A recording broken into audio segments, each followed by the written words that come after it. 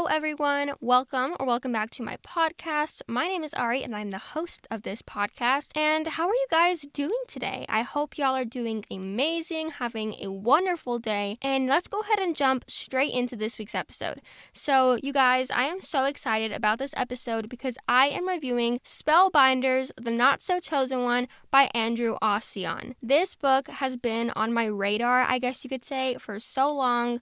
I saw it a while back before I started reviewing books and I wanted it so bad. I wanted to read it and I didn't even know much about it. I just saw the cover. I heard like a sentence about it and I was like, I need this book. I need to read this book. And then when I started reviewing books here on my podcast for you guys, I was like, I need to review this book for you guys. I reached out to Andrew. He said yes. He sent me a signed copy with little bookmarks and everything. It was so sweet and nice of him. Thank you, Andrew. And I mean, here we are now recording this episode. I'm so excited to be doing this. I'm so grateful to be doing this. So let's go ahead and jump into what Spellbinders, the Not So Chosen One is about. So just to give you guys one sentence, and this was the one sentence that I read when I first got intrigued about this book, and it's on the front cover, and it says, role-playing just got real. I mean, you guys, what else do you want? This is a fantasy middle grade book that is a good length, I feel like. I love when middle grade books are around like 300 to 400 pages. I feel like you get so much from the characters and so much from the whole world. You have so much character building, world building, and just everything in between. And this book is actually right around 400 pages. So incredible for people like me that love long books like that. Like I said, it is a middle grade. And what this book is about is the main character, and his name is Ben. So we're following Ben throughout this story, and we start off and we see him kind of struggling in a way. So he moved with his mom, I believe it was, and him and his mom are now in this new place, and he's at a new school. He doesn't have any friends because all of his friends were at his old place that he lived in, right? Because he was used to that his whole life. So now he's having trouble making some friends, and it starts off with Ben in the principal's office. He is like in his imagination, and he snaps back because the principal is talking to him, and the principal is telling him like, how are you doing? Are you settling in with this new school? So we already can tell that he's having some problems with that, and it gives you kind of a backstory of everything that's happening or has been happening in his life, which I like that. It's not like a dump of information on you. It's just very well laid out in a scenario that like the principal's learning and you as a reader are also learning. So I love how Andrew put that into the story. But it starts off with him not really fitting in. He doesn't have friends and he's still new to this place. And it's the day that he and his old friends from his other place, they would always meet up and go to this convention together. So it's called FanFanCon, I believe, and he and his friends would always go to this, and this being his first year away from his friends, they were going to meet up and go to FanFanCon together. But when he gets there, they're not there, and it turns out that they're not coming. So that already makes him really sad because he's not close to his friends anymore, and that's just really hard for him, which I completely understand. It would be hard for anyone. So we start off with that. I already feel bad for Ben because, like, who wouldn't? You know, that's just really sad already. And he's on, I believe, like a bus ride or at a park or something, and a girl comes up to him, and it's the girl on the front cover. Her name is Niara, and in an interesting way that I don't want to ruin for you guys, they kind of become friends. So the rest of the book is their journey together on this crazy adventure if role-playing would have become a real-life thing. So that's what I love about the book. I don't want to mess it up too much for you guys because I want you to have the same experience that I had when reading it. Be sure to go check out the link in this description to purchase this book or check it out. It is so good, you guys. I really do recommend it. It's called Spellbinders, the Not So Chosen One. It has family issues. Obviously, a huge thing is friendship and also finding out who you are or who you not are and playing a part of who you are and not are. So really great themes in this book. And then, of course, it has the fantasy, adventure, role-playing, Dungeons and Dragons, like its own whole world that Ben even creates his own world. So just amazing book. I highly recommend checking it out, you guys. Like I said, I'll have the links in this episode description, so please be sure to go check it out. Once again, it is called Spellbinders, the Not So Chosen One. It is by the author Andrew Auseon. Amazing. Thank you so much, Andrew, for letting me review your book on my podcast. And now let's go ahead and jump into the interview that I got to do with Andrew. Yes, you guys, you heard it right. I got to do an interview with Andrew talking about Spellbinders and some other fun topics. So without further ado, here it is. Hi, Andrew. Thank you so much for being here, taking the time to do this interview with me. I really do appreciate it. Before we begin, I just want to say, once again, thank you for allowing me to read and feature your book on my podcast. It was such an incredible read, so thank you again for that. And how is your day going today? My day is going great, thanks. It's very rainy here in Washington, D.C. We have a tropical storm coming up the East Coast, so we are spending most of our weekend inside, but that's not so bad when you have a lot of books to read and a lot of games to play. So things are going okay so far. I want to thank you for letting me be a guest on your podcast. I'm a big fan and really looking forward to it. So excited to chat some Spellbinders and other books and things. Yes, me too. I am so excited to be doing this interview with you today. I'm so grateful for this opportunity. And yes, your weather sounds wonderful up there. I love rainy weather. Like you said, any bookworm or book person knows that the perfect weather for reading is definitely rain. So definitely agree with you on that. I'm so jealous right now that you're getting rain because over here where I'm at, it's completely dry and humid and hot. The mosquitoes are out. It's not a fun time, but really glad that you're having a great day. And yeah, let's go ahead and get into this interview. So the very first question I have for you for this interview is, how did you know that you wanted to be an author? You know, I might be one of the lucky few who knew what they wanted to be at a very young age. I talked to a lot of other adults and young adults who struggle to sort of find their direction in life or choose between different interests or different disciplines to kind of explore. And I knew I wanted to be a writer really young. I don't remember the first time I ever wrote a story that made me realize that, but I did. I read a lot, pretty much anything I could get my hands on. And when I did start writing, I spent a lot of time kind of disappearing into the worlds of the stories that I would write. I would fantasize about them quite a bit, and they would live in my head throughout my days and nights as I went to school and came home and spent time with friends and family. I was always kind of noodling on aspects of the stories I was writing or the world that I was building. I think for me, the most pivotal moment that cemented it for me was, I think in fourth grade, we had sustained silent reading, and then we had an accompanied writing portion. So we would read for half an hour or an hour quietly, and then we would write for an hour or half hour. I don't remember how long it was, but to me it felt a lot longer. Anyway, we wrote stories, and I would write stories that included members of my class and my friends in them. And so when we went around and read those stories to the class, people felt invested in the characters and the plots that I was writing about because they were actually stars in it. And they would get really excited when I got to read every day. So it ended up becoming almost like a stay tuned till next time, find out what happens, kind of cliffhanger writings that happened in those classes where the stories would end on some sort of cliffhanger, and then everybody would be excited to find out what happened the next day. And that, I think, the audience reaction, the excitement people felt over listening to what I had written was really affirming, and I think taught me how important it is to engage with people and to reach people where they are and to write stories that people relate to and get excited about. So that was a huge thing for me, and I still remember it to this day, though I think I may have thrown out that story on accident several years ago when I was cleaning out a basement. So that story is gone into the vortex of history, but I think that's okay. But yeah, so I've known for a long time, and I've always wanted to achieve the goal of writing a book, though many times over the years I never thought it was possible. But I've always done it on the side, in the mornings, evenings, and weekends when I have other day jobs or other commitments. And I've just been really lucky and fortunate to actually achieve that dream. So, you know, I'm grateful every day for the fact that that's something I can do in my life. Yeah, definitely. I feel like anyone who has something that they have a great passion for, you obviously want that to be your career if possible, or something that you do and that you can pursue. So very glad that your dream became your reality. I feel like that doesn't happen to everyone, or maybe some people don't push hard enough for it, but you definitely put in the work, and it's been a thing of yours since you were in 4th grade, I believe you said. So very nice to hear that. You see, guys, dreams do come true if you push hard enough and you keep pursuing them, and if it really is something that you love and enjoy doing, and you know that in your heart, then I do truly believe that it can become your reality if, like I said, you believe in it and you push hard enough for it. So that's really great to hear. And I have talked to a few authors, some on my interviews and some just through chatting over books and stuff, when they say that it started off in school. And I think that, and I've said this before, school, it's a debatable thing of kids like it or hate it, whatever.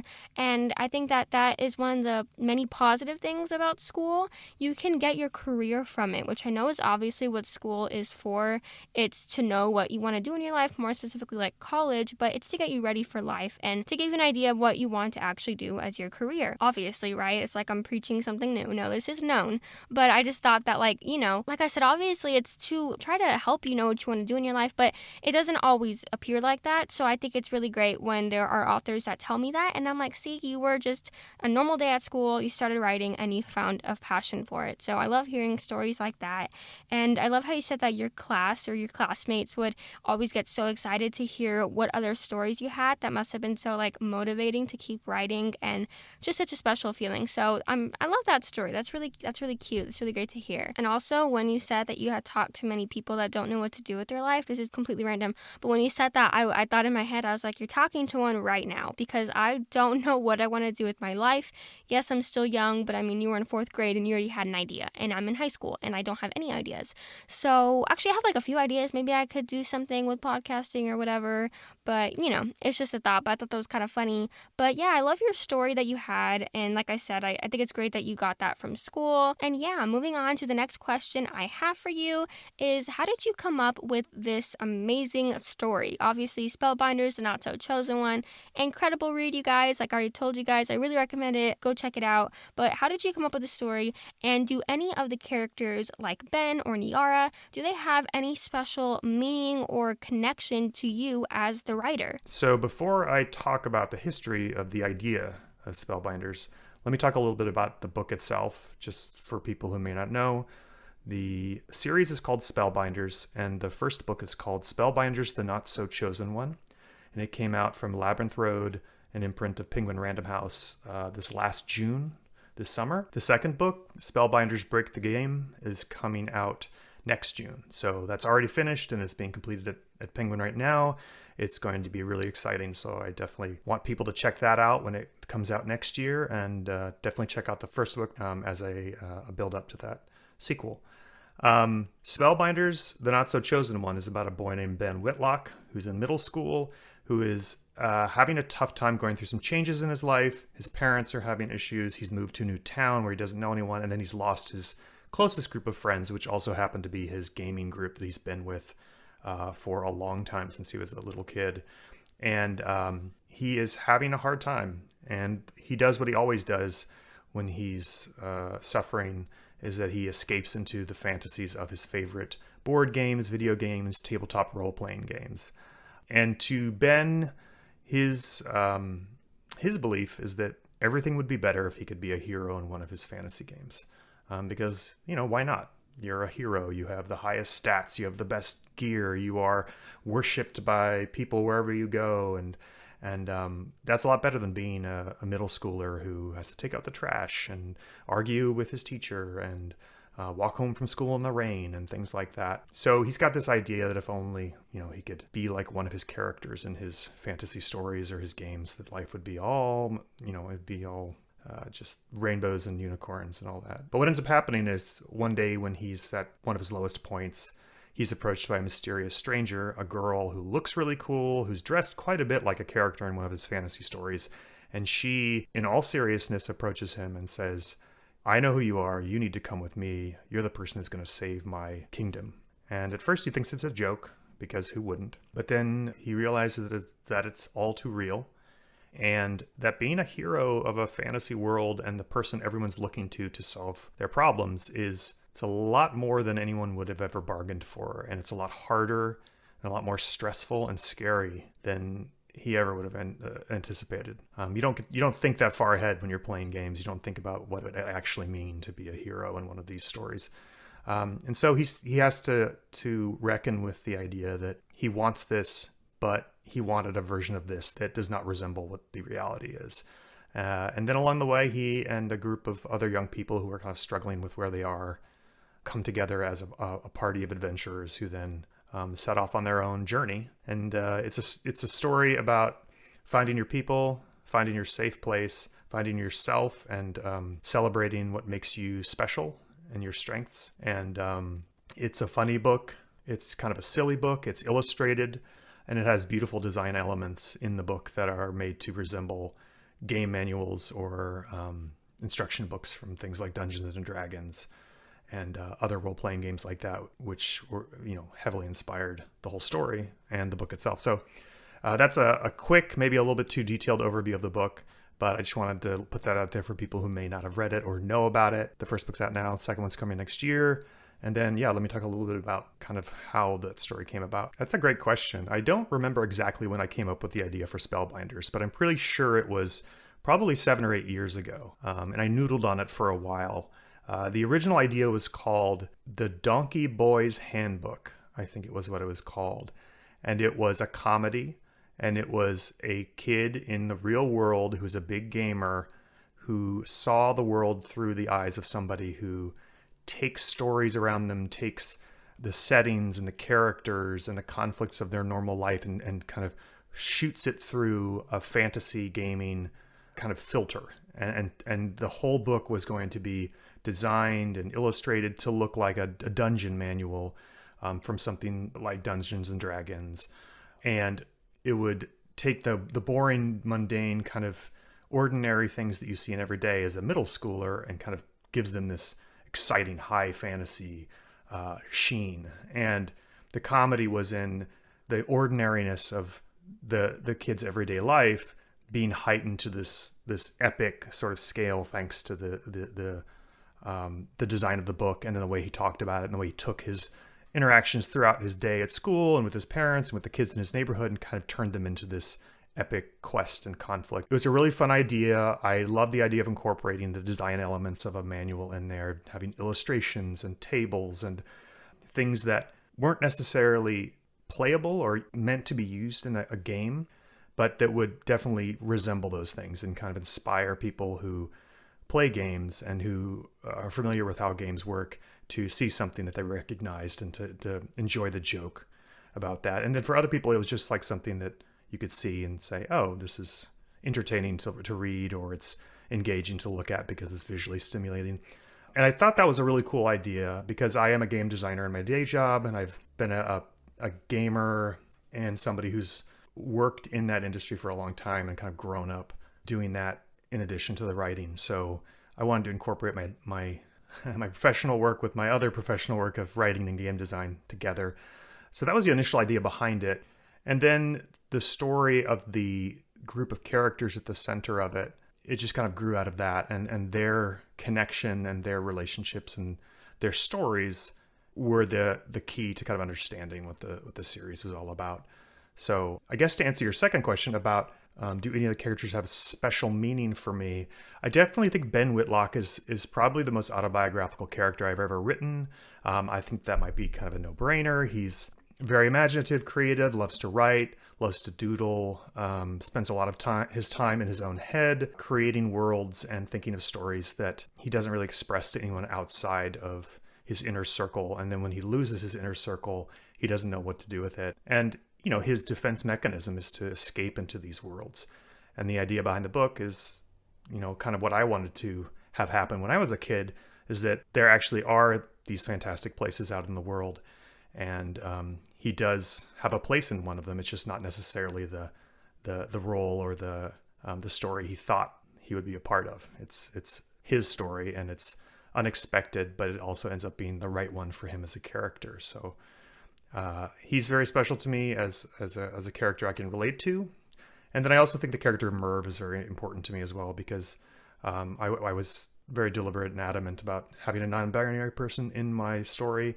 But in a way that it was just very accepted and very casual, and it was just something that was part of their character from the very beginning, and now we get to watch them grow and become a part of this group, all of whom love each other very much and will do anything for one another. That is so cool to hear the backstory behind the characters and the story itself. So thank you for telling us about that. I found that very interesting, and I'm sure my viewers or listeners did as well. So thank you for that. And also thank you for giving that summary that you gave, because I tried to give a summary, but let's be honest, yours was 1,000 times better. I'm sure I was leaving everyone confused, and yours was like so enticing, and like I just wanted to go read the book again. So thank you for doing that. It was so much better than I could have ever done. So thank you, you guys. There is the actual summary / synopsis and what you can expect from this book. So if that intrigued you, go check it out with the links in this episode's description.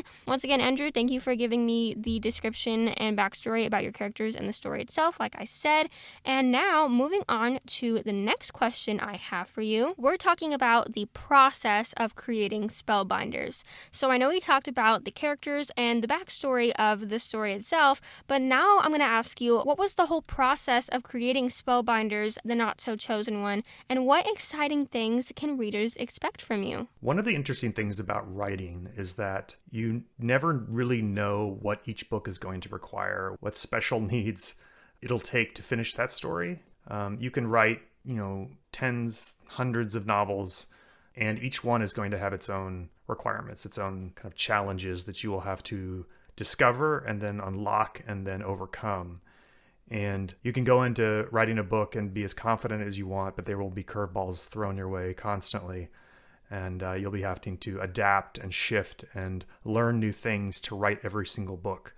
And I guess that's what makes it interesting too, is because there's that act of discovery, that act of challenge, and kind of discovering a problem and working to figure out a solution to it. So that's, I guess, part of the creative process. But every writer has a different writing process. That's something you discover right away when talking to writers and spending a lot of time around creative people. I think it's true for artists and for musicians and for people other than writers. But we all have our own kind of workflows and pipelines and kind of little things that give us confidence with what we're doing as artists and creators. And for me, I learned right away that I needed to write the draft of a book several times before I even understood the story I was trying to tell. We all have great ideas. We all, come up with pitches and come up with synopses and great ideas. And taking that idea from a couple sentences or a paragraph to a book that's hundreds of pages long and that has all these intricate plot lines and character arcs and descriptions and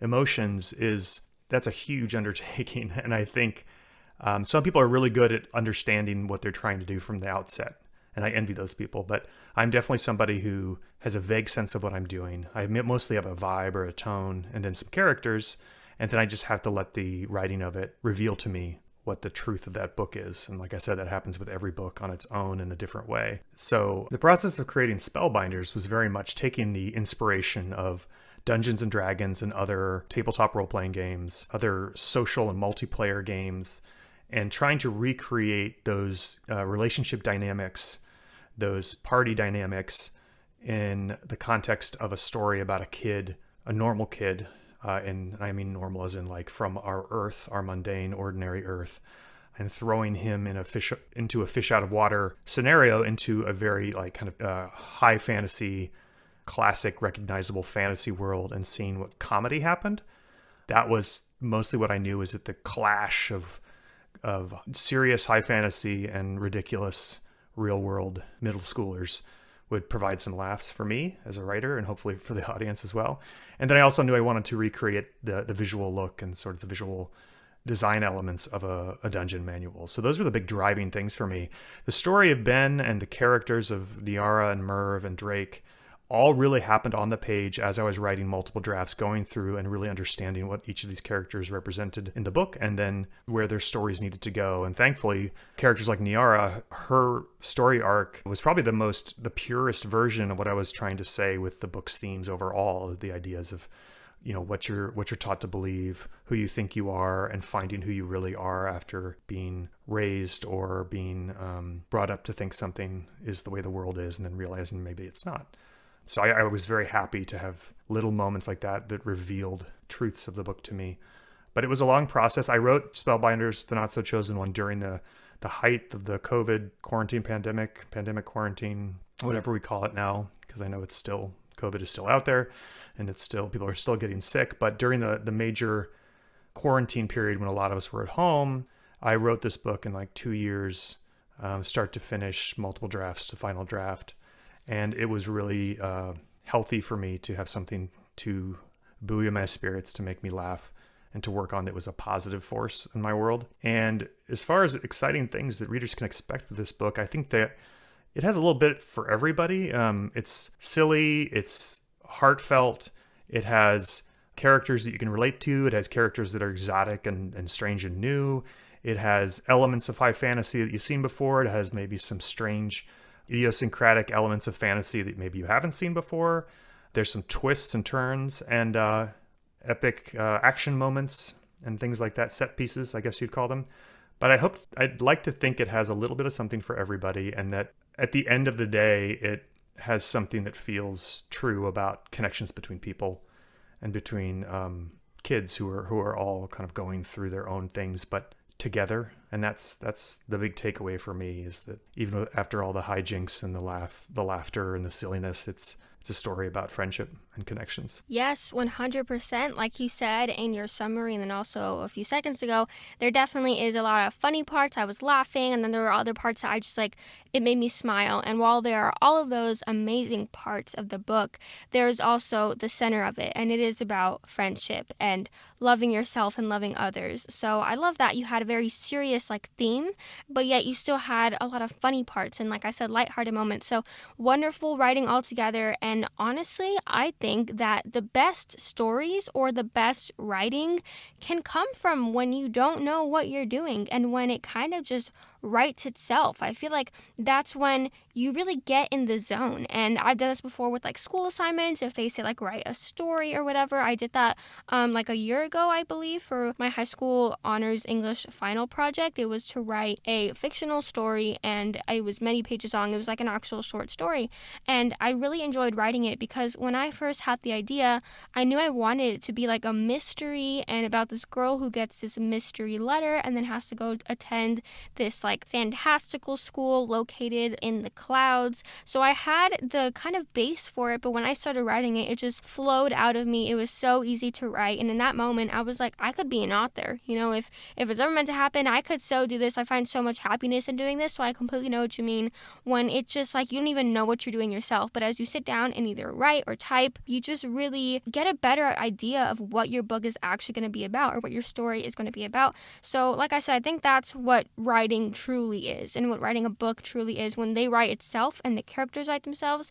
I feel that is just a gift in itself, and not everyone has that. I don't have that all the time. It's kind of rare when I get that, but when I do get that, I'm very thankful for it, and I think good things come from it. And obviously Spellbinders was something that came from that of you, and it was amazing. It was such a great book, amazing storyline and everything, like I said before. So yeah, I really love that it wasn't even a fully planned thing. Like I said, you had the idea for it, but it wasn't planned. And like I said, I feel no one has everything planned and under control and everything like that, but I loved how you said that. And now moving on to, unfortunately, the last question I have for this interview. This interview has been so fun for me, but the last question I have for you is more of a fun question, just to, find a little fun fact about you as a person. And the question is, what is your favorite snack? This is a great question because I eat way too many snacks. And with Halloween coming up, I'm looking ahead with dread, not to the scares of the spooky season, but to the temptation of candy and snacking and having it be socially acceptable to snack constantly and say, oh, it's because it's Halloween and there's this candy sitting over here that nobody's going to eat, when you really know that somebody was planning to eat that candy, but you're going to eat it anyway. That's where I'm at. But back to your question, which is about what is my favorite snack. My favorite snack, without a doubt, is breakfast cereal. And I know this is sort of now, I don't know if this is an expected answer or a common answer now. I feel like it's become more common over the last 10 years or so, but I eat cereal constantly. I eat it through the day. I like to experiment with different kinds of cereals. I eat it as my catch-all for if I'm hungry and I don't feel like making a meal. And yeah, it just brings me a lot of joy. It always has. I was not raised on sugary cereal. I definitely was somebody who was raised in a house where we had the healthy cereal, and then maybe on like a special occasion or on like a road trip, we would get the sugary kind of more fun cereals at like a hotel, and it was a big treat. But to this day, I still constantly eating cereal. It's a family joke. My whole extended family always has cereal stocked up whenever I am in any of their houses. And I will try pretty much any cereal you put in front of me. Yeah, so that's my answer. I'm sticking to it. And if you ever have any cereal that you need someone to try for you as a tester and you're afraid that you may not like it, just send some my way and I'll give you my full unfiltered opinion. I should start a cereal blog, really, to review cereals. So I'm going to go do that now. Oh my gosh, yes, you should totally start a cereal blog. I would read it, okay? I am also a cereal fan. So when I heard your response, I lit up because I feel like what most people think is cereal is either just a kid thing or just for breakfast. And that is where I would say, no, you are completely wrong.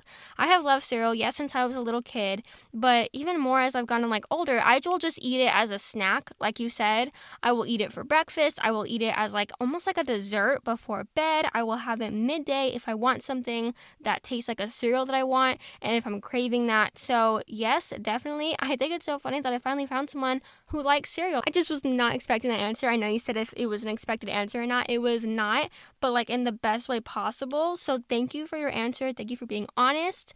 I feel like while cereal is one of my favorite things, I also do love goldfish, or right now, my favorite snack. You can ask any of my family members and they will tell you this. I actually it varies because I go through phases, but right now it is the club crackers. I will eat a pack of those, one of those little small packs. I love them so much. They are so perfect. And then if I'm feeling extra crazy, I'll go with chocolate chips and crackers. So it's salt and sweet, or sweet and salty. And then I went through phases of Chex Mix, and then goldfish and cream cheese. And then I went through a phase of yogurt and granola. Literally when I mean phases, I mean I will have this daily. So I'm currently in my cracker phase. But yeah, I love your answer. And I believe when we were talking, you told me that your favorite cereal was Count Chocula, which I have yet to try. My mom loves that cereal. She loves anything chocolate. She also loves Count Dracula and all that stuff. So she loves that cereal. I'm going to go try it out. And yeah, I'm super excited to try that one out. It looks like a chocolate version of Lucky Charms with the marshmallows, and then also the little, I don't know what they're called, the charms and the marshmallows, I don't know, the Lucky, I don't know what they're called, the cereal part of it, those look really good. So super excited to try out that cereal that you recommended to me. And yeah, I loved your response though. I'm glad that I finally found a cereal lover. And what you said about Halloween, I completely agree with you. It's oh, that candy is gonna go bad. I better eat it before it goes bad. That's me. I will do that. I guess the good thing is it's only once a year. That's not true. Halloween is once a year, but that does not happen once a year. That will happen with anything. I'll be like, Dad, can we open these chips? They're gonna go bad. They're gonna expire in a year. We gotta eat them now. That's just my way. It's a funny thing that I do to try to convince them, and it mostly works just because it's funny. But yeah, I loved your response. I love cereal. I'm glad that you love cereal, and I will definitely be sending cereals your way. If I ever need someone to review them, I know who to send them to, so thank you for that. But yeah, I guess that brings our interview to a close. Thank you so much for taking the time to do this interview here with me today. It was such a pleasure. I really enjoyed talking with you about Spellbinders, about cereal, and other fun things. So thank you so much again. I really, really appreciate it, and I hope you have an amazing rest of your day. Thank you, Ari. This has really been my pleasure. I'm so glad this worked out where we could talk about Spellbinders.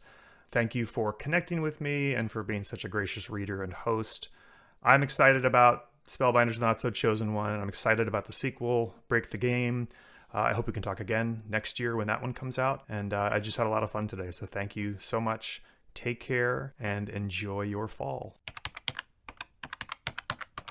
Hello, you guys. I'm back. It's been 10 seconds since you heard my voice, but I am back.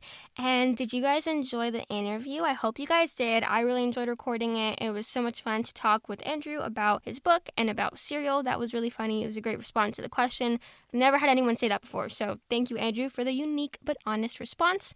And yeah, you guys, I hope you enjoyed this week's episode. Please go check out Spellbinders and Not So Chosen One by Andrew Auseon. Go click the link in this episode description. It'll take you right to where you can purchase this book. book. I really recommend it, you guys, so please go check it out. And yeah, I hope I can maybe collaborate with Andrew again with his second Spellbinders book. I know it's going to be an amazing second book to the Spellbinders series, so hopefully he can come on and chat about it again, and it'll be really fun. And yeah, thank you guys for listening to this episode. Thank you, Andrew, for sending me your book. I really did enjoy recording this episode. There was something special and fun about it, so thank you guys so much for listening. If you are listening right now to the very end, thank you so much for your support. I really appreciate it. I know most people don't stay till the end of really anything nowadays, like the videos on YouTube or podcasts or whatever it is. So if you are here right now, thank you so much. But wait, you guys, before you leave, I almost forgot because I don't do this that often. I wanted to put in one of my most recent voice messages that I got from one of my listeners. I do get them from a lot of you guys. I hear them. I listen to them. I really do appreciate it. And I'm going to start putting in some, maybe not. I don't know. We'll see how this one goes. I'm going to go ahead and put it in right here. It was from one of my lovely listeners. So check out what this listener had to say about my podcast. Hey Ari, this is Mike. To say that your podcast is amazing. I've been listening to it for 3 weeks now, and I think that you need to keep going. One day, you never know, you may be able to turn this into a business of some sort. But the way you ask the authors certain questions about their life and how they came up with the book, and certain things that you pull from the books and ask them, keep doing it. You're doing amazing. Like I said, your podcast is great, really amazing, and yeah, keep doing you. So that was Mike. Thank you so much, Mike, for that voice message. I really do appreciate it. It means so much to me. So thank you for all the kind things that you said. I do hope that one day I can turn this into a business or something that I do all the time. I love doing it. So that would be really fun and great. And yeah, just thank you so much. And I love what you said at the end. You said, keep being you. And that is something I'm going to use from now on. I'm going to use this maybe in my podcast or just in life in general. So thank you for that. Thank you for the motivational, encouraging message. I really do appreciate it, like I said. So once again, thank you so much, and thank you to everybody else who supports my podcast. It does not go unnoticed, and if you're still here to this moment right now, thank you. You are so special. You're the real ones. I love you guys, and yeah, I hope you guys enjoyed this week's episode. And book lovers, always remember, keep your head in the clouds and your heart in a book, and I will see you guys very soon for another fun author episode. Bye, friends!